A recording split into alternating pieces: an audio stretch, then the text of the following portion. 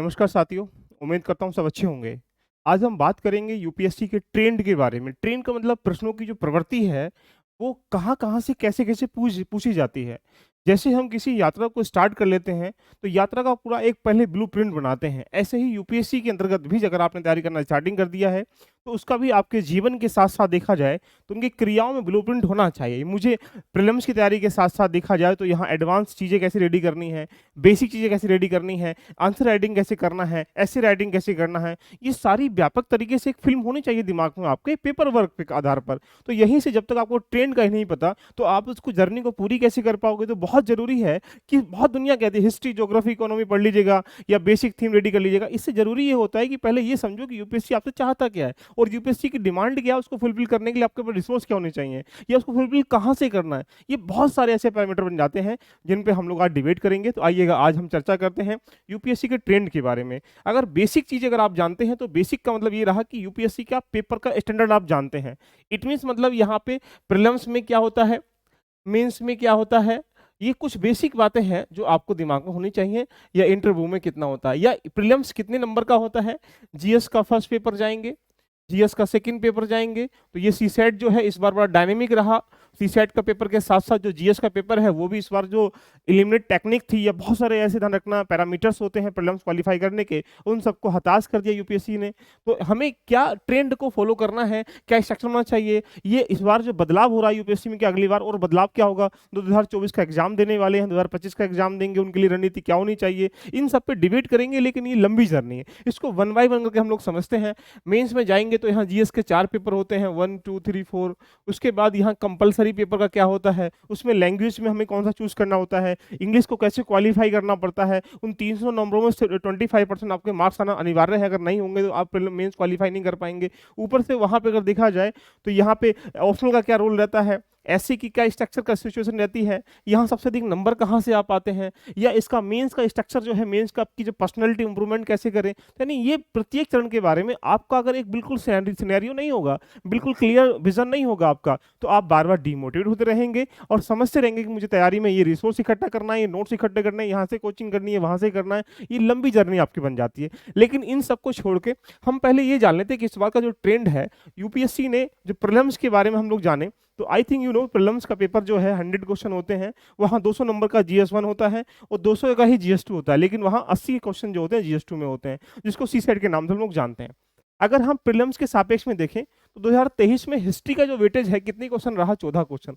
तो हमें ये चेक करना पड़ेगा हिस्ट्री के 3 part, ancient, medieval, modern and art and culture को अगर मिला के देखा जाए, तो ऐसे प्रश्न कौन कौन से एरियाज हैं जहां से प्रश्न जो है ज्यादा पूछे जाते हैं, यानी उनके ऐसे कौन कौन से इंपोर्टेंट एरियाज हैं जहां से प्रश्न आते हैं। तो आपको पहले एक फाउंडेशन तैयारी करनी होती है, उसके बाद आपको एग्जाम ओरिएंटेड तैयारी करनी होती है। अगर हम 2022 में जाएंगे तो यहाँ भी 14 क्वेश्चन थे, 2021 में जाएंगे तो यहाँ 10 क्वेश्चन थे, 2020 में जाएंगे तो 20 क्वेश्चन थे, 2019 में जाएंगे 17 क्वेश्चन थे, 2018 में जाएंगे तो 22 क्वेश्चन थे, 2017 में जाएंगे तो 14 क्वेश्चन थे। यानी 16 से लेकर अगर यहाँ एवरेज लगा लें, तो सामान्यतः हम ये कह सकते हैं कि 20-15 से लेकर 20-22 के बीच में इसका वेटेज है। इसका मतलब 100 क्वेश्चनों में से लगभग 15 से लेकर 20% की भूमिका किसकी रहती है, हिस्ट्री की। लेकिन अभी हम इसमें और डेप्थ में जाना है कि एंशिएंट से कौन सा पार्ट है जो पूछा जाता है, या एंशिएंट से कहाँ से प्रश्न आते हैं, मिडाइवल से कहाँ से आते हैं, मॉडर्न से कहाँ से आते हैं। ये आपका एक सिनेरियो हो जाना चाहिए कि मुझे किसको रेडी कैसे करना है। अगर हम ज्योग्राफी की बात करेंगे, तो ज्योग्राफी 2023 में देखो 16 क्वेश्चन देखने को मिले, यहाँ पे 16 क्वेश्चन है, तो सेम चल रहा है।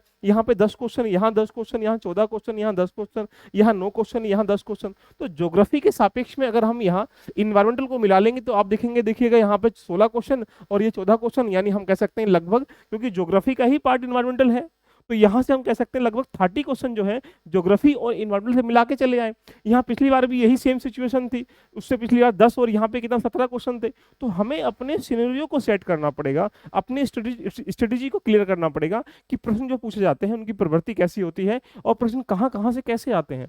देन अगर हम लोग पॉलिटी की बात करेंगे, तो देखो 15 क्वेश्चन, यहाँ 15 क्वेश्चन, यहाँ 11 क्वेश्चन, यहाँ 17 क्वेश्चन। तो ये आपका एक रास्ता दिखाता है, एक विज़न दिखाता है कि भाई मुझे जो तैयारी है किसी सब्जेक्ट के प्रति किस तरीके से ध्यान रखना करनी है। अब इसका सिलेबस क्या होता है? इकोनॉमी के भी आप देख लीजिए क्या सिलेबस है, साइंस को देख लीजिए, करंट अफेयर का वेटेज देख लीजिएगा। यानी हमें लगता है कि लास्ट कम से कम 10 साल के पेपर को तो कम से कम आपने दिमाग में रखना चाहिए कि प्रश्न जो है इस टॉपिक से पूछा गया है। स्वाभाविक से ऐसे टॉपिक होंगे जो कहीं न कहीं वो घूम के इंपोर्टेंट टॉपिक आते रहते हैं, लेकिन प्रश्न के पूछने की प्रवृत्ति चेंज होती रहती है। इसीलिए प्रीलिम्स को सापेक्ष में रखते हुए ध्यान रखना चाहिए। अगर हम कट ऑफ की बात करेंगे तो 2022 की कट ऑफ जारी कर दी गई, 2023 का तो अभी प्रीलिम्स हुआ है, रिजल्ट आया है। तो यहाँ पे अगर हम लोग मेंस प्रीलिम्स की कट ऑफ देखा जाए तो जनरल की 88.2, इट मींस मतलब आप ये कह सकते हैं यदि 45 क्वेश्चन सही हैं आपके तो आप प्रीलिम्स क्वालीफाई कर जाएंगे। इसका मतलब सेकंड पेपर जो GS1 है और GS2 है यहाँ पर, तो ये तो सी सेट है, क्वालिफाई पेपर है, लेकिन ये भी कहीं ना कहीं हताश करने वाला रहा। इस बार भी डायनेमिक प्रश्न पूछते रहे। उसके बाद अगर GS1 के सापेक्ष में आप जाओगे तो यहाँ पे आप 45 क्वेश्चन सिर्फ आपको सही हो गए तो आप प्रीलिम्स क्वालीफाई करेंगे आउट ऑफ मतलब निगेटिव निकालने के बाद। तो यहाँ पे अगर ईडब्ल्यूएस को देखेंगे तो 82 के अराउंड थी, ओबीसी 87 की, एससी 74, एसटी 69 और बाकी पीडब्ल्यूबीडी जो है यहाँ पे देखा जाए तो ये अलग अलग डिफरेंट एरिया से निकल के आ रही थी। लेकिन हम अगर अपनी स्ट्रेटेजी को फॉलो करेंगे तो हमारा टारगेट क्या होना चाहिए, यहाँ पे 90 नंबर ही लाना नहीं है, यानी 45 क्वेश्चन सही करना नहीं है। यानी अगर आप मॉक लगा रहे हैं, लास्ट ईयर पेपर दे रहे हैं, तो इवन ये होना चाहिए कि आप लगभग 60 प्लस क्वेश्चन तो सही कर पाए। अब 60 प्लस क्वेश्चन अगर सही नहीं है तो 3 चीजों की आपके पास कमी है। सबसे पहली कमी क्या है, आपके पास बेसिक क्लियर नहीं है। बेसिक का मतलब ये रहा कि आपने एनसीईआरटी को अच्छे से नहीं पढ़ा है, और एनसीईआरटी को अच्छे से पढ़ने का पर्पस है कि एनसीईआरटी आईएएस एग्जाम के लिए नहीं बनी है।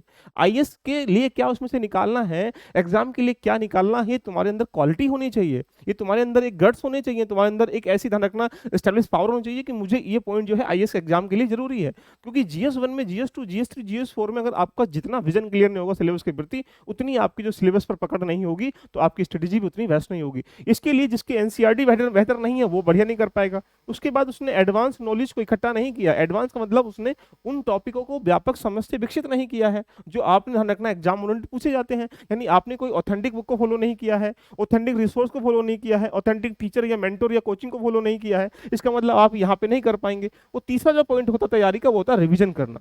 रिवीजन एक इंपोर्टेंट की है आपको सक्सेस की, ध्यान रखना। जब तक आप किसी भी चीज पर बार बार रिवीजन नहीं करेंगे दिमाग में वो चीजें स्टोर नहीं होती हैं, और वहां 2 घंटे में या 3 घंटे मेंस में जाके जब हम एग्जाम बैठते हैं तो वो चीजें हमारे दिमाग में रिकॉल या रिमाइंड नहीं कर पाते। यही वजह है कि रिवीजन हमारा कमजोर पक्ष में हुआ है, कमजोर तरीके से हुआ है। तो 3 स्ट्रक्चर है। पहला, बेसिक रेडी होना चाहिए। अगर जितना अच्छा बेसिक होगा, वो एनसीईआरटी जितनी बेहतर होंगी, आपकी बेसिक समझ अच्छी होगी, उतना आपका जो लेवल है लगभग 25% 30% जो तैयारी है वो आप यहाँ से पूर्ण कर पाओगे। उसके बाद एडवांस जितना बेहतर होगा, यहाँ पे आप 40 से लेकर 45% अपनी तैयारी का आंकड़ा पार कर लोगे। जितना अच्छा रिवीजन करोगे तो यहाँ 50 से लेकर 55% की आधार पर ध्यान रखना, यहाँ पे आ जाओगे। और इससे ऊपर ध्यान रखना यूपीएससी आपको आने भी नहीं देगा और तुम्हें जाना भी नहीं है, क्योंकि 50-55-60% के आसपास तो ओवरऑल सिलेक्शन हो ही जाता है, आपको पता है।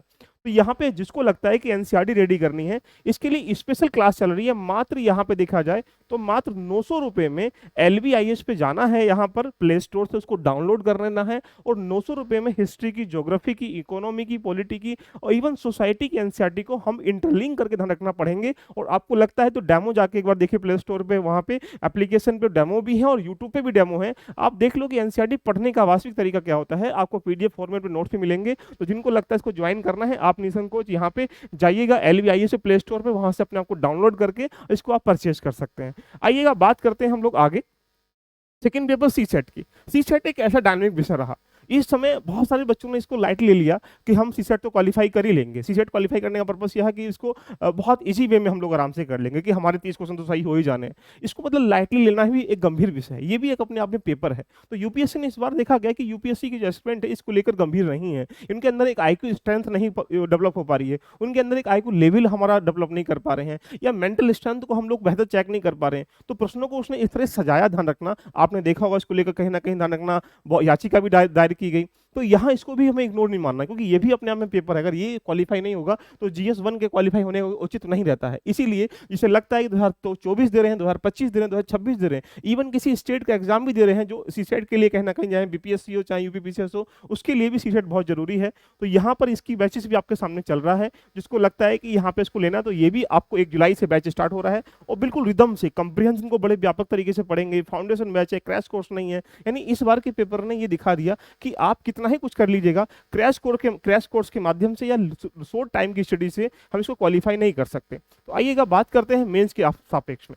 मेंस को भी हमें व्यापक तरीके से समझना पड़ेगा कि मेंस के जीएस फर्स्ट पेपर में आओगे तो हिस्ट्री का पार्ट कैसा है, यानी ज्योग्राफी का पार्ट कैसा है, सोसाइटी का पार्ट कैसा है, उनका वेटेज कितना कितना है, वो 20 क्वेश्चनों में से कितने कितने क्वेश्चन आते हैं, उनका सिलेबस क्या है, वहाँ 20 पॉइंटों में से वहाँ सोसाइटी कितने पॉइंट है। ऐसे ही हमें जीएस 2 में आएंगे तो यहाँ गवर्नेंस का कितना पॉइंट है, पॉलिटी कितना पॉइंट है, कॉन्स्टिट्यूशन कितना पॉइंट है, आईआर कितना पॉइंट है, जस्टिस का कितना पॉइंट है। ये 3-4 पॉइंटों को मिलाकर जीएस 2 बना हुआ है। तो हमें इनको समझना पड़ेगा कि किन किन एरियाज से प्रश्न पूछे जाते हैं और किन किन इसका सिलेबस क्या होता है। जीएस 3 के सापेक्ष में आओगे तो इकोनॉमी का क्या स्ट्रक्चर है, डिजास्टर मैनेजमेंट का क्या स्ट्रक्चर है, वहाँ पे इंटरनल सिक्योरिटी का क्या स्ट्रक्चर है, यहाँ इन्वायरमेंटल के साथ क्या स्ट्रक्चर है, यहाँ हमें ये जानना पड़ेगा कि इसके साथ साइंस टेक का क्या स्ट्रक्चर है, इसको भी समझना पड़ेगा।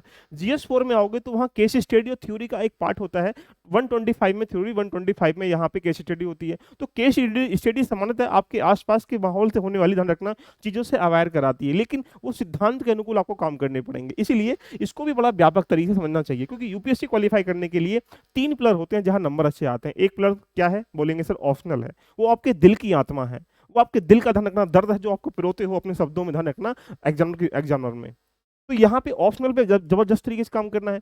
दूसरा, इस पर आपको ऐसे पे जबरदस्त तरीके से काम करना है जहाँ पे नंबर अच्छे खींच पाते हैं। और तीसरा, आपको जीएस 4 पे काम करना है जहाँ पे बहुत अच्छे नंबर खींच पाते हैं। तो ये बहुत इंपॉर्टेंट सेगमेंट है जहाँ पर आपको अच्छे से रेडी करना है। और ऑप्शनल तो आपके दिल की आत्मा है, इसको निकाल के अगर दिल की आत्मा ही बढ़िया नहीं होगी तो आपको नंबर अच्छे ही नहीं मिलेंगे। तो ये ऐसे स्ट्रक्चर है जहाँ पे आपको बेहतर तैयारी करनी है। और एक ऐसे का ऐसा पार्ट है जो आपको यहाँ पे व्यापक तरीके से आपकी समझ को, आपके दिल के प्रतिबिंब को, दिमाग के प्रतिबिंब को यहाँ पे देखने का प्रयास ऐसे में किया जाता है। तो कैसे लिखेंगे, कैसे नहीं लिखेंगे, ये सारी कहानी बनती है। तो इसके लिए अगर मैं आपको बताऊं तो सबके लिए बहुत सारी चीजें ऐसी होती हैं, इंपॉर्टेंट होती हैं।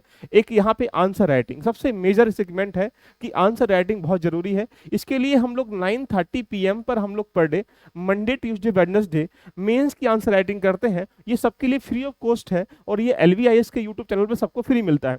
दूसरा, हम लोग करंट अफेयर, इतना इंपॉर्टेंट सेगमेंट है जो बहुत इंपॉर्टेंट सेगमेंट है, ये आपको फ्राइडे और सैटरडे सुबह मॉर्निंग में 8 AM पर सबको ये फ्री मिलता है। और ये LVIS के प्ले स्टोर पे भी जाके इसको डाउनलोड कर लेंगे आपको, तो वहाँ भी आपको यहाँ पे नोट्स वगैरह सब कुछ मिल जाएंगे। उसके बाद यहाँ पे जाएंगे तो ऐसे सेगमेंट एक ऐसा है कि यहाँ पे सबसे नंबर अच्छे खींच सकते हैं, आ सकते हैं। तो इसके लिए इसको हम लोग फ्राइडे सैटरडे रात को 9:30 PM पे करते हैं। इसके भी सबके लिए क्या है, फ्री है।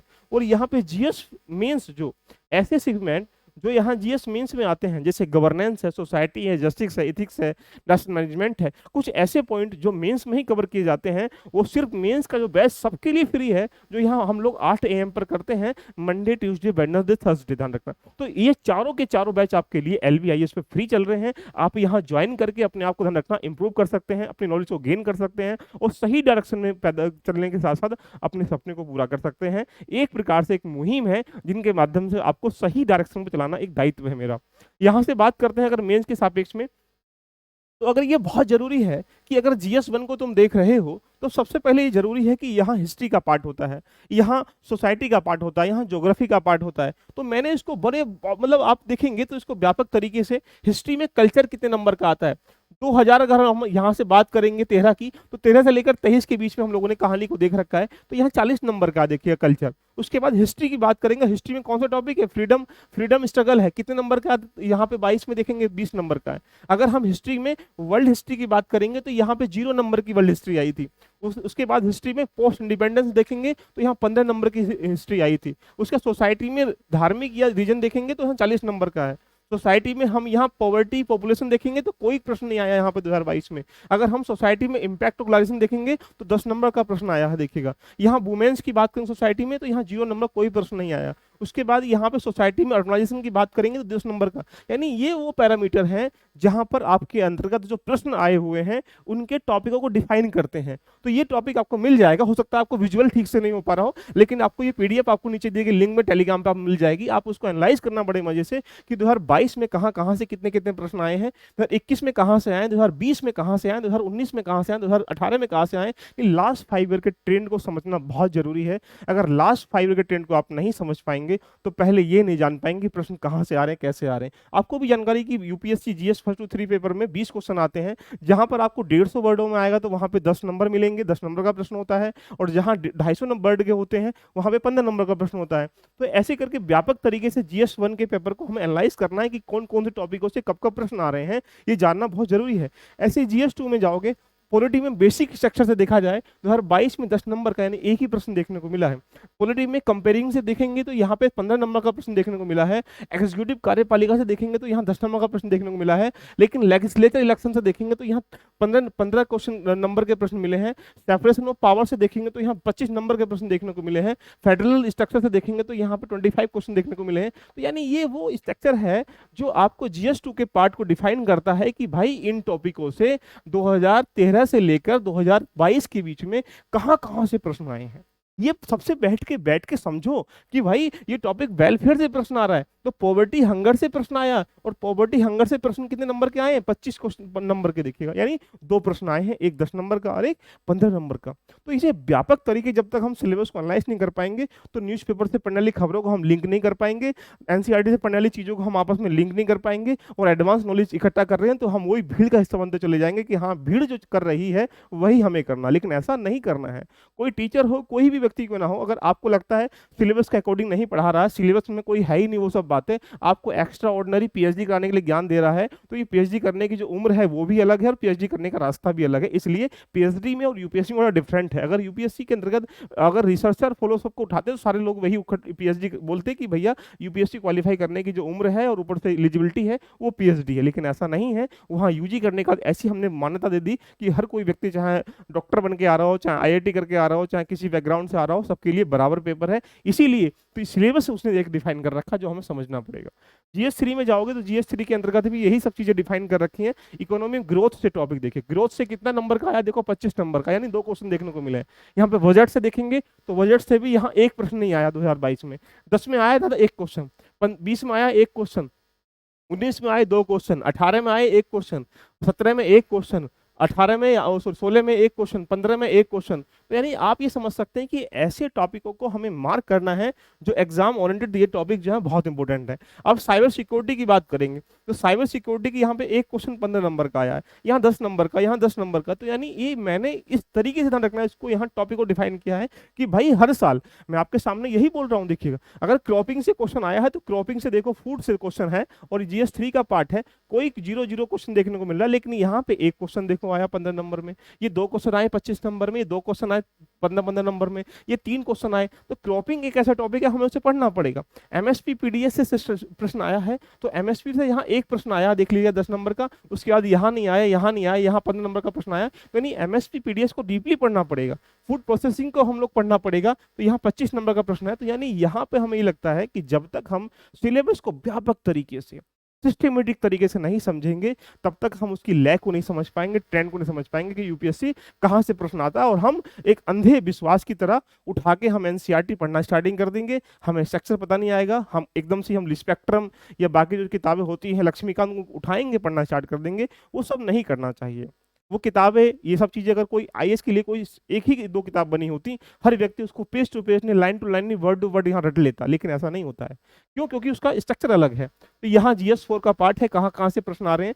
तो आपके सामने में बहुत जल्द जो है आपके सामने सिक्वेंस वाइज करके 1 बाई 1 करके जीएस 1 में जैसे 20 यूनिट है और 13-14 टॉपिक हैं, 20 क्वेश्चन पूछे जाते हैं, तो उन यूनिटों को कैसे कैसे डिफाइन करना है, उनके रिसोर्स क्या होने चाहिए, उनको रेडी कैसे करना है, इस सारे तरीके से व्यापक एक महा मैराथन के माध्यम से प्रीलिम्स की और मेंस की ध्यान रखना। यहाँ पर सिलेबस को एनालाइज करेंगे, उसके रिसोर्सेज जानेंगे, उनका पीछे का बैकग्राउंड जानेंगे, उनका ट्रेंड जानेंगे, उसके साथ कितने नंबर यहाँ प्राप्त कर सकते हैं ये जानेंगे। कुछ ऐसी चीजें होती हैं जैसे वर्ल्ड हिस्ट्री है, वर्ल्ड हिस्ट्री में ज्यादातर वेटेज जो है मेंस में रहता है, वो भी जीएस 1 में। कभी कभी ध्यान रखना वो नहीं भी आता है। इसका मतलब अगर पूरी वर्ल्ड हिस्ट्री को तुम इतनी बड़ी पढ़ने के लिए कम से कम 2-3 महीने लगाओगे और वहाँ 1-2 प्रश्न आ रहा है, और ऐसी जगह जहाँ सोसाइटी है, जस्टिस है, ऐसे टॉपिक जहाँ पे वहाँ 80-80 नंबर के प्रश्न आ रहे हैं, तो हमें ध्यान कहाँ देना चाहिए? ऐसे एरियाज पर जहाँ से नंबर अच्छे खींच सकते हैं। वो अगर कम पढ़ के भी काम चल जाएगा, लेकिन वो अधिक पढ़ के अच्छे नंबर प्राप्त कर सकते हैं, तो ये आपकी स्ट्रेटेजी होनी चाहिए, जिसको बैलेंस करना है। इसीलिए